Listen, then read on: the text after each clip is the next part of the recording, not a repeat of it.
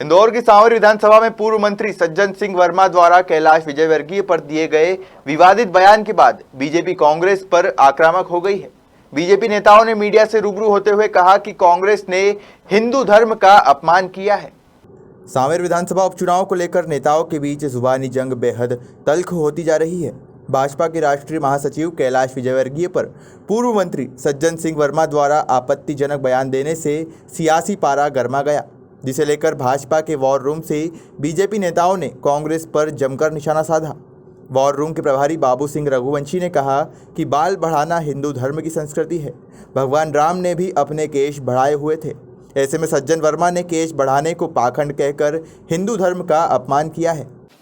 प्रारंभ में तो ये विचार आया था कि सज्जन वर्मा जी ने जो इतना अभद्र वाणी का प्रयोग किया है उसका जवाब ना दिया जाए, किंतु उसके पश्चात ये हुआ कि अगर इस वृत्ति का जवाब नहीं दिया गया तो ये वृत्ति आगे भी चलती रहेगी और इसको अभी रोकना जरूरी है।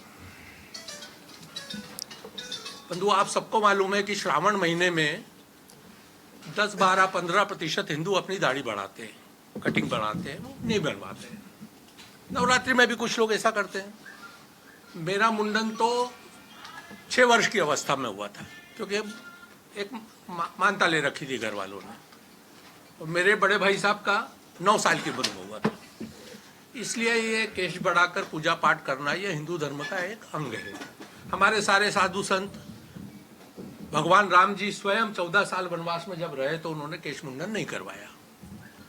केश बढ़ाकर पूजा पाठ करना पाखंड है, ये एक हिंदू विरोधी पार्टी के नेता ही कह सकते हैं। जो ये कह सकते हैं कि राम का अस्तित्व नहीं था, वो केश बढ़ाकर पूजा पाठ करने को पाखंड कह सकते हैं और पूजा पाठ करने वालों को पाखंडी कह सकते हैं। मेरे ख्याल से 90% देवी के मंदिरों के पुजारियों के केश बढ़े हुए हैं। ये सिर्फ कैलाश विजयवर्गीय का अपमान नहीं है, ये समस्त हिंदू धर्म और साधु सन्यासियों का अपमान है, और वो लोग कर रहे हैं। वो जो एक कपटी बाबा है, कंप्यूटर बाबा के नाम से जाना जाता है, उसको अपने चुनाव का स्टार प्रचारक बना के घुमा रहे हैं। वहीं बीजेपी नेता गोविंद मालू ने कहा कि कांग्रेस के पास न मुद्दे हैं, न नेटवर्क है और न ही नीतियां हैं। कांग्रेस भाजपा नेताओं की लोकप्रियता से घबराकर इस तरह के बयान दे रहे हैं। तंत्र मंत्र हमारी संस्कृति में है।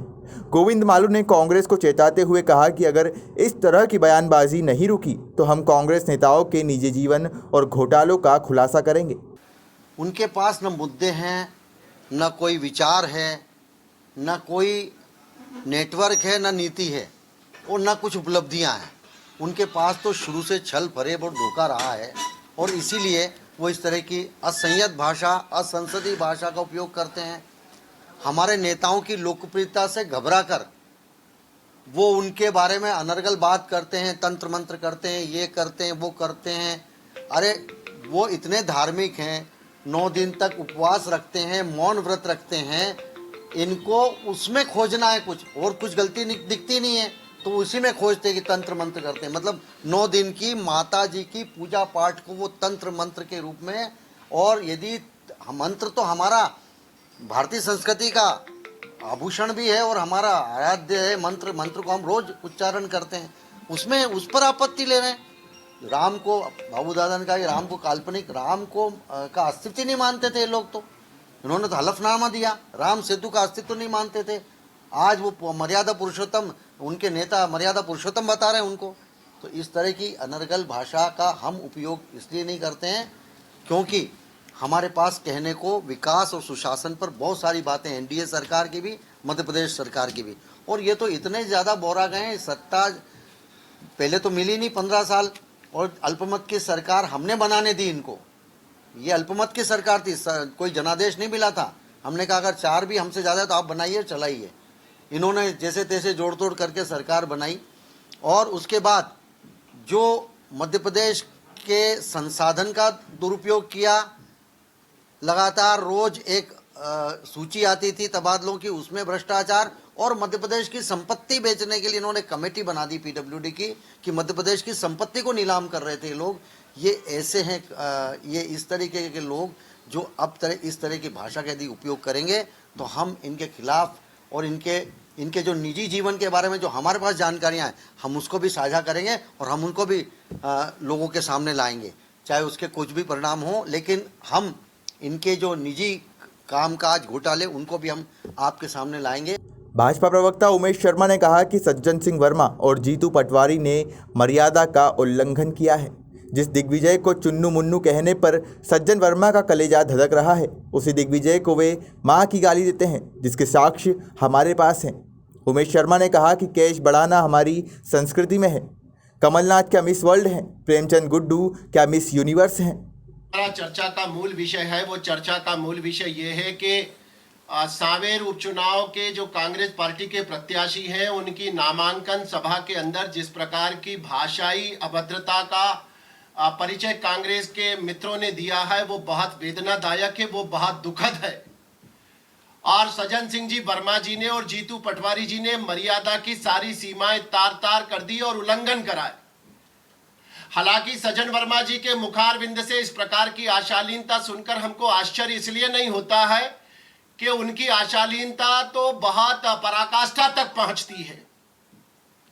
अपने नेता दिग्विजय सिंह जी के लिए जो उन्होंने शब्द उपयोग करे थे, वो मेरे पास साक्ष्य के रूप में वीडियो है। आप सब लोगों ने उन वीडियो को देखा है। आज दिग्विजय सिंह को चुन्नू मुन्नू कहने पर उनका कलेजा धकर पकर कर रहा है। एक समय उसी दिग्विजय सिंह जी को उन्होंने लिटरली मां की गालियां बकी थी और सार्वजनिक रूप से बकी थी, और उसका साक्ष्य है हमारे पास। और जहां तक कैलाश विजयवर्गीय जी के द्वारा चुन्नू मुन्नू कहने की बात है, तो उसके पीछे का भाव भी हम स्पष्ट कर देते हैं। राहुल गांधी जी इंदौर पधारे, देवी अहिल्या माता की प्रतिमा पर माल्यार्पण का कार्यक्रम तय था। हाथ हिलाकर अहिल्या प्रतिमा से आगे बढ़ गए। कांग्रेस के नेताओं ने सफाई दी कि उनके पास समय नहीं है, और उसके बाद उनका जो दूसरा कार्यक्रम था, वो 56 दुकान पर चाट पकौड़ी खाने बैठे थे। और वहां पर जिस प्रकार का वो मिस्टर कमलनाथ, मिस्टर दिग्विजय सिंह कहते थे, तो कैलाश जी का कहना यह था कि ये राहुल गांधी के चुन्नू मुन्नू है। कैलाश विजयवर्गीय जी ने ये नहीं कहा कि ये मेरे चुन्नू मुन्नू है, उन्होंने कहा कि ये राहुल गांधी के चुन्नू मुन्नू है। और चुन्नू मुन्नू इसलिए कहा कि कमलनाथ जी का बयान तो पूरे भारत ने देखा है। वो कहते हैं कि राहुल गांधी जी का मूत्रपान करने के लिए लोग कतार लगाकर खड़े हैं। कांग्रेस के कार्यकर्ताओं को कहा उन्होंने कि तुम फालतू की बात करते हो। राहुल गांधी जी का मूत्र पीने के लिए लाइन लगाकर लोग खड़े हैं। तो जैसा कमलनाथ जी ने मानसिकता प्रकट करी है, वैसे ही कमलनाथ जी के जूते उठाने वाले नेता लोग बयान दे रहे हैं। ये सारे लोग जो कैलाश विजयवर्गीय जी के बारे में बोल रहे हैं, इनकी स्थिति क्या है? आधे दिग्विजय सिंह जी के जूते उठाते, आधे कमलनाथ जी के जूते उठाते। ये इस तरह की भाषा हम उपयोग करना नहीं चाहते, पर हम पीड़ा से भरे हुए हैं, हम वेदना से भरे हुए हैं। राजनीति को आप इस स्तर पे ले आएंगे। भारतीय जनता पार्टी के प्रत्याशी के बारे में कहा जाता है कि कागला गू खा गया। महिला मतदाताओं के बीच में जाकर उच्च शिक्षा मंत्री जी जो पूर्व हैं, वो कहते हैं कि 200 और 500 रुपए रख के पोलके में तू वोट दे देती है। वो पांडवों को अत्याचारी बताते हैं। ये जो अहंकार माथे चढ़कर बोल रहा है, ये अहंकार इनके नाश का कारण पहले भी बना है और आगे भी नाश का कारण बनेगा। पर कैलाश विजयवर्गीय जी भारतीय जनता पार्टी के राष्ट्रीय महासचिव हैं, और जैसा कि कांग्रेस पार्टी के नेता कह रहे हैं कि मुंह ऊपर करके थूकोगे तो ऊपर ही गिरेगा, तो आपका भी मुंह जरूरत से ज्यादा ऊपर हो रहा है और आपके ऊपर वापस गिरना है। हम अपने नेताओं के लिए इस प्रकार की भाषा स्वीकार नहीं करेंगे, और आपके प्रति भी कोई इस प्रकार की भाषा बोलेगा तो वो भी हमारे लिए असहनीय है। कुल मिलाकर सांवेर के संग्राम में नेताओं के विवादित बयानों से न सिर्फ राजनीतिक उबाल बढ़ रहा है, बल्कि राजनीति का स्तर भी गिरता जा रहा है। इंदौर से निखिलेश सोलंकी की रिपोर्ट।